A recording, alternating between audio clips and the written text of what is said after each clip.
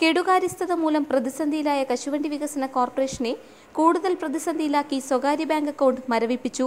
കടത്തിലായ കശുവണ്ടി വികസന കോർപ്പറേഷന്റെ അക്കൗണ്ടുകൾ കൈകാര്യം ചെയ്തിരുന്നത് ആക്സിസ് ബാങ്കിലായിരുന്നു.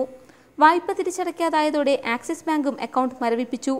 വിവിധ ബാങ്കുകളിലായി കോർപ്പറേഷന് 130 കോടി രൂപയുടെ കടമുണ്ട്. കശുവണ്ടി വികസന കോർപ്പറേഷന്റെ പേരിൽ ആക്സിസ് ബാങ്കിൽ അവശേഷിച്ചതാകട്ടെ 37 ലക്ഷം രൂപ മാത്രവും. വായ്പ തിരിച്ചടയ്ക്കാനുള്ള കാലാവധി മാർച്ച് 31-ന് അവസാനിച്ചതിനെ തുടർന്നാണ് നടപടി.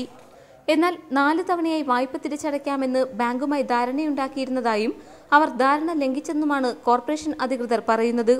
വായ്പ തിരിച്ചടയ്ക്കാതായതോടെ നേരത്തെ കശുവണ്ടി വികസന കോർപ്പറേഷൻ ആസ്ഥാനം ജപ്തി ചെയ്തിരുന്നു. കഴിഞ്ഞ സാമ്പത്തിക വർഷം കോർപ്പറേഷന് സർക്കാർ 38 കോടി രൂപ നൽകിയെങ്കിലും പ്രതിസന്ധി മറികടക്കാനായില്ല. ഇതിനിടെ കോർപ്പറേഷനെ പുകഴ്ത്തി ദേശീയ പത്രങ്ങളിലടക്കം വൻ പരസ്യം നൽകിയതും കശുവണ്ടി വികസന കോർപ്പറേഷനെ കൂടുതൽ പ്രതിസന്ധിയിലാക്കി. കശുവണ്ടി ഫാക്ടറികളിലെ അടിസ്ഥാന സൗകര്യമില്ലാത്ത അവസ്ഥ ചൂണ്ടിക്കാട്ടുന്ന തൊഴിലാളികളെ പിരിച്ചുവിടുന്നതും പതിവായി. തൊഴിലാളികളുടെ പ്രോവിഡന്റ് ഫണ്ട് തുക അടയ്ക്കുന്നതിലും കശുവണ്ടി വികസന കോർപ്പറേഷൻ ഗുരുതര വീഴ്ച വരുത്തി.